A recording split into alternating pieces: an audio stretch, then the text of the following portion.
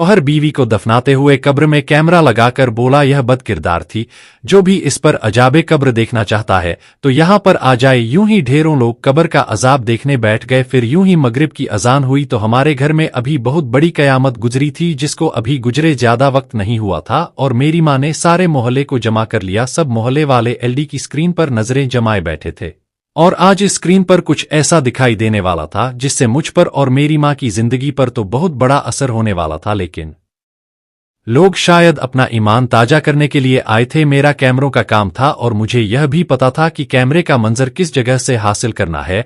आज यह कैमरा जिस जगह लगा था वह जगह कुछ और नहीं बल्कि एक कब्र थी, और हम सब उस कब्र का अंदरूनी मंजर देखने वाले थे, जिसमें तकरीबन आधा घंटा पहले ही मयत को दफनाया गया था। और वहां पर एक लड़का भी खड़ा था जो मेरा शागिर्द था। उसका काम यह था कि वह यह देखे कि कैमरा अपनी जगह पर ही है और हम लोग वह मंजर देख सके। मोहल्ले के सब लोग जमा हो चुके थे। सब कह रहे थे, पता नहीं आज क्या देखने को मिल जाए। कुलसुम ऐसी लड़की लगती तो नहीं थी, लेकिन उसकी सास ने ऐसी बात कही कि हम सब अपनी आंखों से देखने आए हैं उसकी कब्र में क्या होने वाला है। जैसे कैमरे का मंजर उस टीवी पर नजर आने लगा तो लोग अपने कानों को हाथ लगाने लगे, और मैं पागलों की तरह अपनी बीवी की कब्र की तरफ भागा। वहां जाकर देखा तो पता चला कि मेरी बीवी की कब्र के अंदर से मैंने कुलसुम से पसंद की शादी की थी। वह बहुत ही ज्यादा खूबसूरत थी, लेकिन बहुत ज्यादा सेहतमंद थी, क्योंकि सारे घर का काम भाग भाग कर करती थी। लेकिन मेरी माँ को वो फिर भी पसंद नहीं थी। मेरी माँ के दिल को नहीं भा रही थी, क्योंकि उन्होंने मेरे लिए कोई और लड़की पसंद की थी, और उसके साथ मेरी मंगनी को 3 साल हो गए थे। ऐसे में 3 साल के बाद जब मैंने बिना किसी को खबर किए अपनी पसंद की लड़की से निकाह कर लिया, और उसके बाद अपनी माँ को बताया कि मैंने तो निकाह कर लिया है, तो मेरी माँ बहुत ज्यादा गुस्सा हुई। बात भी ऐसी थी, लेकिन जिस लड़की से उन्होंने मेरी मंगनी करवाई मैं उससे शादी नहीं करना चाहता था। मुझे पता चला कि उसका 2-3 लड़कों से चक्कर है, और मेरी बीवी जो मेरी जिंदगी भर की हमसफर बन गई है वह बहुत ही नेक और अच्छी औरत थी। उसने कुरान हिफ्जा की थे। मैंने अपनी माँ को बगैर बताए निकाह इसलिए किया, अगर मैं माँ को बताता तो वह बोला करती थे, लेकिन कम से कम हम दोनों की शादी हो चुकी थी, इसलिए हम लोगों को ज्यादा फर्क नहीं पड़ता था। मैं अपनी बीवी को खुश रखने की बहुत कोशिश करता था, लेकिन वह मेरी माँ को खुश करना चाहती थी। वह कहती थी एक ना एक दिन तो उन्हें मुझसे खुश होना ही पड़ेगा। वह सारे घर के काम करती, पर मेरी माँ खुश नहीं होती थी। जिस लड़की से उन्होंने मेरी मंगनी करवानी थी मैंने उस पर बदकारी का स्टैंप लगा के उसे छोड़ दिया था, और उसमें कोई झूठ भी ना था, क्योंकि वह बदकार थी। और शायद यह बात मेरे माँ बाप के दिमाग में बैठ गई थी। मेरी माँ ने एक दिन मुझे फोन किया और कहा कि तुम्हारी बीवी के कमरे में गैर मर्द है, और उसने अंदर से दरवाजा भी बंद कर रखा है, और तुम वहां ऑफिस में बैठे हो, टाइम बर्बाद करते हो, जल्दी आओ देखो तुम्हारी बीवी के कमरे में गैर मर्द बैठा है। यह बात सुनकर मैं भी हैरान रह गया। मुझे तो अपनी बीवी पर भरोसा होना चाहिए था, और मुझे मेरी माँ की बात सुनकर इस तरह से भागकर नहीं आना चाहिए था। लेकिन बात ऐसी थी, मेरी बीवी के कमरे में कोई गैर मर्द बैठा हुआ था। यह मैं कैसे बर्दाश्त कर सकता था। जैसे ही मैं घर आया मैं सीधा कमरे में गया। दरवाजा अंदर से लॉक नहीं था, बहरहाल दरवाजा बंद जरूर था। मैंने दरवाजा खोला और सामने का मंजर देखकर अपना सर पकड़ कर रह गया। मुझे बताया भी नहीं यह मेरा भाई है, मुझसे मिलवाया भी नहीं। मैंने कहा अगर उसने ऐसा किया तो वाकई गलत किया, लेकिन इसका मतलब यह नहीं कि आप उस पर इल्जाम लगा के मुझे इसके सामने शर्मिंदा करवा देती। जब रात हुई तो मैंने कुलसुम से पूछा तुमने अपने भाई का तारुफ क्यों ना करवाया, तो उसने कहा भाई ने अपना तारुफ खुद करवा दिया था, क्योंकि वह घर में आए तो अम्मी सामने बैठी थी, मैं तो कमरे में काम कर रही थी। उन्होंने बताया कि मैं कुलसुम का भाई हूं और बाहर के मुल्क से आया हूं, उससे मिलना चाहता हूं। वह कहाँ है? तो फिर ऐसे में मैंने क्या तारुफ करवाना था? इसका मतलब कि मेरी माँ ने झूठ बोला था, घर में फसाद डलवा दिया था। लेकिन मैंने भी अपनी माँ की अदालत नहीं लगवाई, क्योंकि मुझे पता था कि वह ऐसे ही करती है। वो किसी भी तरह कुलसुम को बद किरदार साबित करना चाहती थी। एक दिन वो उसी तरह किसी से फोन पर बात कर रही थी तो मुझे कहने लगी तुम्हारी बीवी ने आज 2 घंटे पता नहीं किससे फोन पर बात की है। मुझे इतनी बातें सुनाई कि मैंने भी उससे सवाल कर डाला, तो वो कहने लगी 2 घंटे नहीं सिर्फ 1 घंटा बात की थी, वह भी मेरी एक दोस्त से जो शादी करके दूसरे मुल्क चली गई, अब उसको तलाक हो रही है। वह बहुत ज्यादा परेशान थी, इसलिए मैं इससे बात कर रही थी और उसे तसल्ली दे रही थी, समझाने की कोशिश कर रही थी। औरतें जब इतने सालों बाद किसी इतने बड़े मसले पर बात करें तो 1 घंटा बात करना कोई ऐसी वैसी बात तो नहीं होती। यह तो छोटी छोटी हरकतें थी जो हमारे घर में हो रही थी। कुलसुम ने खुशखबरी सुना दी, वो मां बनने वाली है। जब मैं उसे डॉक्टर के पास ले गया तो डॉक्टर ने कहा कि बहुत अच्छी सूरत हाल है, सब कुछ बिल्कुल ठीक है, उम्मीद है कि इनके 9 महीने बहुत अच्छे गुजर जाएंगे। क्योंकि कुलसुम कामकाज करने वाली लड़की थी इसलिए उसे अभी तो कोई मसला नहीं था। मैं बहुत खुश हो गया, लेकिन इस खबर ने भी मेरे अलावा और किसी को खुशी ना दी थी। मेरी माँ के दिल में अभी भी कुलसुम के लिए थोड़ी बहुत जगह ना बन सकी, वह बेचारी परेशान होती थी। मैंने उसे तसल्ली दे दी कि जब बच्चा आ जाएगा तो अम्मी तुम्हारे साथ भी ठीक हो जाएंगी। लेकिन मुझे पता था मेरी माँ एक जिद्दी औरत है, उसने सारी जिंदगी मेरे बाप को भी इसी तरह जलील किया था। मुझे अपनी माँ की उल्टी सीधी बातें सुनकर बड़ा अफसोस होता था, लेकिन मैं कुलसुम के सामने अपनी माँ को कुछ नहीं कह सकता था। मेरी माँ तो है ही ऐसी। मैंने कुलसुम से कहा कि सब ठीक हो जाएगा, तुम परेशान नहीं हुआ करो। मेरी माँ झगड़े भी करती थी, खुद ही मेरी बीवी को बातें सुनाती। अगर मेरी बीवी इतना भी आगे से कह देती कि अम्मी ऐसा नहीं हुआ तो रोना शुरू कर देती और कहती थी कि इसने किया है।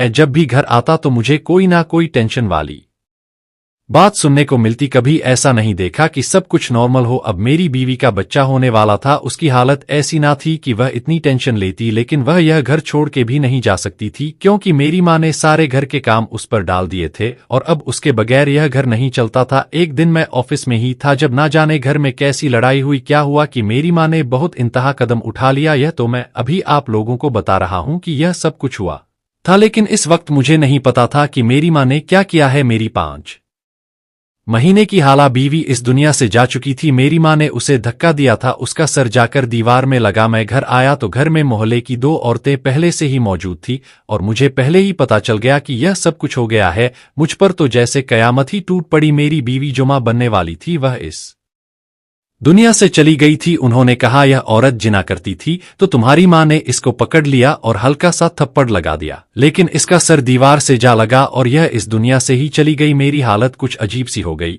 ऐसा हो गया जैसे मुझ पर कयामत आ गई। लोग कयामत का इंतजार करते हैं और कहते हैं कयामत आएगी। जब किसी के साथ इतनी बड़ी मुसीबत हो जाए तो क्या वह उसके लिए कयामत नहीं होती? फिर वह और किस कयामत से डरेगा? औलाद भी इस दुनिया से चली गई थी जो इस दुनिया में आने वाली थी और मेरी बीवी भी, जिसको मैं मोहब्बत से ब्याह कर लाया था। मैंने अपनी माँ से लड़ना शुरू कर दिया और कहा कि ऐसा नहीं हो सकता, मेरी बीवी बद किरदार नहीं थी, आपको ऐसा नहीं करना चाहिए था, आपने क्यों धक्का दिया? मेरी माँ ने कहा क्या तेरी बीवी की जान लेना चाहती थी? मैं हादसा हुआ है और हम लोगों ने खुद अपनी आंखों से देखा। वो औरतें भी मेरी माँ के साथ मिली हुई थी, लेकिन वो औरतें मेरी माँ की ही सहेलियां थी। मैंने कहा मैं नहीं मानता, मेरी बीवी बद किरदार थी। मेरी माँ ने कहा कि इस्लाम में अगर कोई किसी की जान ले लेता है ना, या कोई झूठ बोलता है या चोरी करता है तो उसे भी इतनी ज्यादा सजा नहीं दी जाती, सबसे बड़ी सजा तो जिना पर दी जाती है। तेरी बीवी ने जिना किया है, इसलिए तेरी बीवी का हिसाब आज रात से ही शुरू हो जाएगा। अगर तुझे मेरी बात पर यकीन नहीं है ना तो इसकी कब्र में कैमरा लगाकर देख इस पर कैसे अजाब आता है। और लोग भी जमा हो गए, कुछ रिश्तेदार भी आ गए, उनके सामने यह मामला भी आ गया। मेरी माँ ने साफ कहा था मेरे धक्का देने की वजह से इस दुनिया से वो चली गई, लेकिन वो थी ही इसी काबिल क्योंकि वो बद किरदार थी। अगर मेरी माँ यह कहती कि मैंने जानबूझ के तेरी बीवी को इस दुनिया से रवाना कर दिया है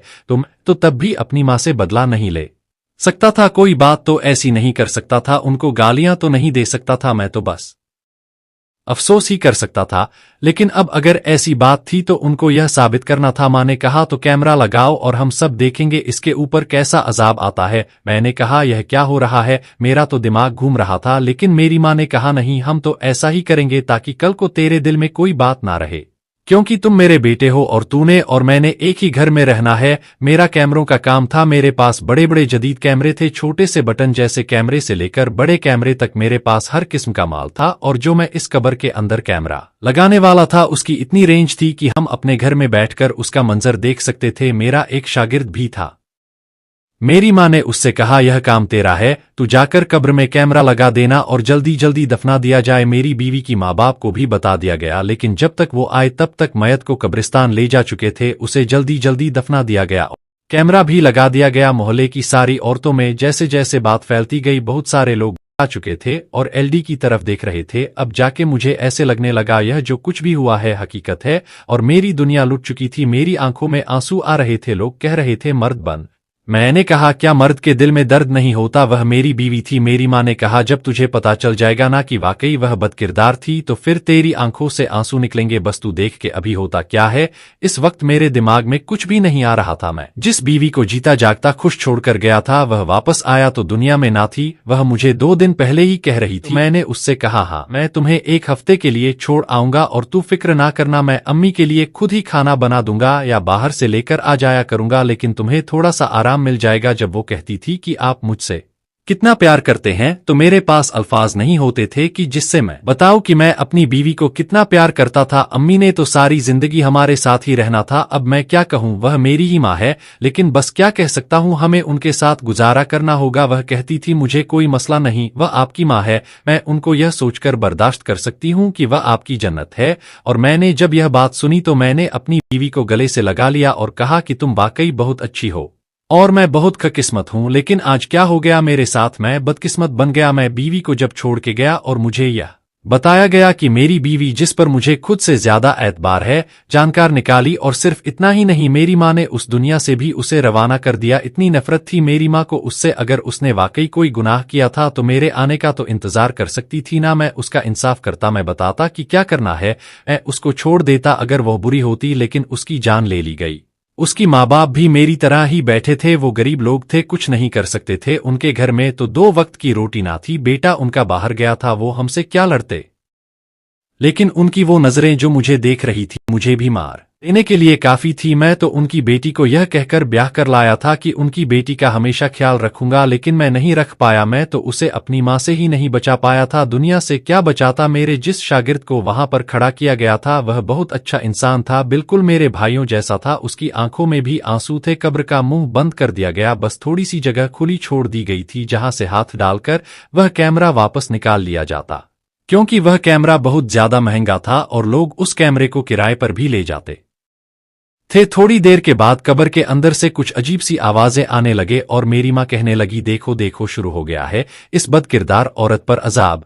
अरे उसने तो मेरे घर को चकला बना दिया था, कभी कोई आता था कभी कोई जाता था, मर्दों को अंदर घुसा के दरवाजा बंद कर लेती थी। मेरी माँ ना जाने क्या कुछ बोल रही थी और मुझे उसको जवाब देने का कोई फायदा नहीं था क्योंकि मेरी दुनिया लुट गई थी। लेकिन अचानक से लोगों ने चीखना चिल्लाना शुरू कर दिया और जब मैंने सामने का मंजर देखा तो मेरे कदमों के नीचे से जमीन निकल गई। वो कहने लगे, मयत को कब्र बाहर फेंक रही है। मैं पागलों की तरह वहां से भागता हुआ कब्रिस्तान की तरफ गया। कब्रिस्तान यहां से ज्यादा दूर ना था, बस यूं समझे कि 2 गलियों के फासले पर था। तभी तो हमें कैमरे का अक्स नजर आ रहा था, क्योंकि उस कैमरे की रेंज 50 मीटर से ज्यादा थी। बड़ी तेजी से भाग रहा था, मेरे तो अपने ही कदम लड़खड़ा रहे थे और मेरे कदम मेरा साथ नहीं दे रहे थे। मुझे ऐसा लगता था कि टांगे सुन हो गई हैं। 2 दफा रास्ते में गिरा, लेकिन जब वहां पहुंचा तो सामने का मंजर देखकर हैरान रह गया। मेरा शागिर्द मेरी तरफ भागा और उसने कहा, वो भाभी। बस उसकी जुबान से इतना ही लफ्ज अदा हुआ और 2 लोगों ने तो मुझे अजीब नजरों से देखा और कहा कि तुम किस किस्म के इंसान हो, तुमने यह क्या किया, यह औरत तो जिंदा है। हम लोग फौरन कुलसुम को लेकर अस्पताल भागे। अस्पताल वाले भी हैरान रह गए, उन्होंने उसे फौरन आईसीयू में एडमिट कर लिया क्योंकि उसके फेफड़ों से ऑक्सीजन बिल्कुल खत्म होने वाली थी। मेरी बीवी इस दुनिया से गई ना थी, बल्कि दीवार पर सर लगने की वजह से, झटका पड़ने की वजह से वह गहरी बेहोशी में चली गई थी। और मेरी माँ को इस बात का पता था, लेकिन उसने अपनी सहेलियों के साथ मिलकर मेरी बीवी को कब्रिस्तान पहुंचा दिया। कैमरे में हमने यही मंजर देखा, अचानक से कोई कब्र को खोदने लगा था और वो कोई और नहीं मेरा शागिर्द था। वो 2 लोग थे क्योंकि उसके अंदर से आवाजें आई थी कैमरे को बाहर निकालने के लिए। जो सुराख रखा गया था, शायद उस सुराख से थोड़ी बहुत ऑक्सीजन अंदर गई थी, जिसकी वजह से मेरी बीवी अभी तक जिंदा थी। यह खुदा का मेहरबानी नहीं था तो और क्या था, लेकिन मुझे नहीं पता था कि कर्म तो हुआ है, पर शायद इतना नहीं जितने का मैं हकदार था, क्योंकि गलती मेरी भी थी। क्यों पता चला मेरी माँ ऐसी है और मेरी बीवी से नफरत करती है। मुझे मेरी माँ के साथ अपनी बीवी को नहीं रखना चाहिए था। 4 दिन तक मेरी बीवी जिंदगी और मौत से लड़ रही थी और डॉक्टर भी कोई अच्छी खबर नहीं सुना रहे थे। मेरे पास जितने पैसे थे वह सब लग चुके थे, मैं मकरूज हो गया था। मैंने लोगों से कर्ज उठा लिया था, लेकिन लोग भी मेरी मदद कर रहे थे क्योंकि मेरी कहानी पूरे मोहल्ले में फैल गई थी। हमारे मोहल्ले में एक बहुत अमीर आदमी रहता था, सुना था कि उसकी जवान बेटी और बीवी इस दुनिया से चले गए हैं। इसके पास पैसे बहुत ज्यादा थे, लेकिन खर्च करने वाला कोई ना था। उसने कहा, मैं तुम्हारी मदद करूंगा, तुम्हें पैसे दे दूंगा, जब तुम्हारे पास हो तो मुझे वापस कर देना और अगर ना भी होंगे तो बेशक वापस ना करना। मेरा बच्चा इस दुनिया से जा चुका था। अल्लाह से यही दुआ मांग रहा था कि मेरी बीवी किसी तरह बच जाए और मुझ पर यह कर्म हो जाए। मेरी माँ को सारे खानदान वाले बुरा भला कह रहे थे, सारे मोहल्ले वाले बुरा भला कह रहे थे। वो अभी भी कह रही थी कि मैंने जो कुछ किया है मेरा इसमें कोई कसूर नहीं, और बस यही उसकी जुबान पे चल रहा था। 12 दिन के बाद मेरी बीवी को वेंटिलेटर से हटा दिया गया, लेकिन अभी भी वह आईसीयू में थी, और फिर पूरे 1.5 महीने के बाद उसे आईसीयू से कमरे में शिफ्ट कर दिया गया और मुझे कहा गया अभी यह बोलने के काबिल भी नहीं है और इसे मसन फेफड़ों से सांस देनी पड़ेगी। अभी भी उसकी हालत बहुत बुरी थी। वह मुझे बड़ी अजीब सी नजरों से देख रही थी और उसकी आंखों से बार बार आंसू निकल रहे थे। उसने मुझे इशारे से पूछा, हमारा बच्चा? मैंने उसे कहा वो अल्लाह के पास चला गया। वह बेचारी मजीद रोने लगी, मगर डॉक्टर्स ने कहा इसके लिए इस तरह से रोना अच्छा नहीं। डॉक्टर्स ने मुझे यह भी बताया अब यह कभी मां नहीं बन सकेगी, कभी कोई भारी काम नहीं कर सकती, ज्यादा सीढ़ियां नहीं चढ़ सकती और अपने कदमों पर इतना ही चल पाएगी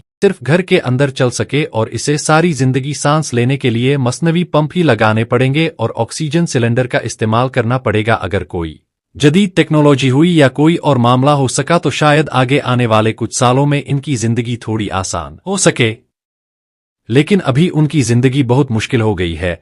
अपनी बीवी को घर ले आया, उसके साथ बहुत सी मशीनरी आई थी, वो मशीनों के साथ ही जिंदा रहने वाली थी। मैं पूरे 35 लाख का मकरूज हो चुका था, मेरी दुकान बिक चुकी थी, मेरे सारे कैमरे, मेरा सारा माल, सब कुछ बिक चुका था। मेरे घर में एक गंदगी मची थी, जाले लगे हुए थे, कुछ रिश्तेदार अच्छे थे जिन्होंने साथ दिया और मेरी बीवी का ख्याल करने का वादा किया। कुछ दिन हम तुम्हारे साथ हैं, लेकिन इसके बाद मुझे इसका ख्याल करना था। मेरी माँ कहने लगी इसको इसके माँ बाप के घर छोड़ दो, अब हम इसको कैसे संभालेंगे? इस पर तो बहुत पैसे लगेंगे, सारी जिंदगी इसको इसी तरह संभालना पड़ेगा। अभी तेरे किस काम की है ये? इसको तो बच्चे भी नहीं होंगे। मैंने अपनी माँ से कहा अपना सामान बांध ले, हम कहीं जा रहे हैं।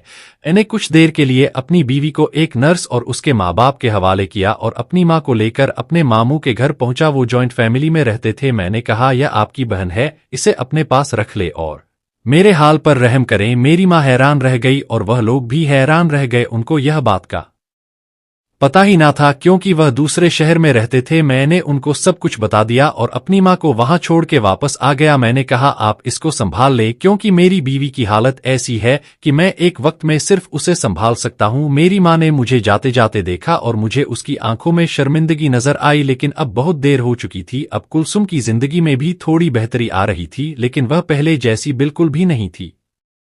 मैंने उससे माफी मांगी और उसने कहा कि इसमें आपका क्या कसूर है। वह ज्यादा बातें भी नहीं करती थी। डॉक्टर कहते थे ऐसे मरीज की जिंदगी ज्यादा नहीं होती, तो इसी बात पे खुश था कि वह मुझे छोड़कर नहीं गई, लेकिन जब भी उसे देखता हूं तो मेरी आंखों में आंसू आ जाते हैं। आप मेरी कुलसुम के लिए दुआ कीजिए कि वह ठीक हो जाए, हो जैसे अल्लाह पाक ने मोजा दिखाकर उसकी जान बचाई, इसी तरह उसकी सेहत भी वापस आ जाए। यह सोचता हूं तो बहुत परेशान हो जाता हूं कि वह कितनी ज्यादा सेहतमंद थी, कैसे भाग भाग के घर के काम करती थी और मुझे एक सेहतमंद बच्चा देने वाली थी, और अब उसके साथ कितना कुछ हो गया सिर्फ इसलिए कि मेरी माँ को इससे नफरत थी। बस वही सास बहू की लड़ाई थी जिसने इतना बड़ा नुकसान कर दिया। मैं अपनी माँ को कभी माफ नहीं कर पाऊंगा, लेकिन अब मैं अपनी सारी जिंदगी अपनी बीवी के साथ ही गुजारा होगा, उसके साथ ही रहूंगा। वह मुझे कहती है आप दूसरी शादी कर लो। मैं ऐसा सोच भी नहीं सकता, क्योंकि यह सब कुछ मेरी वजह से हुआ है।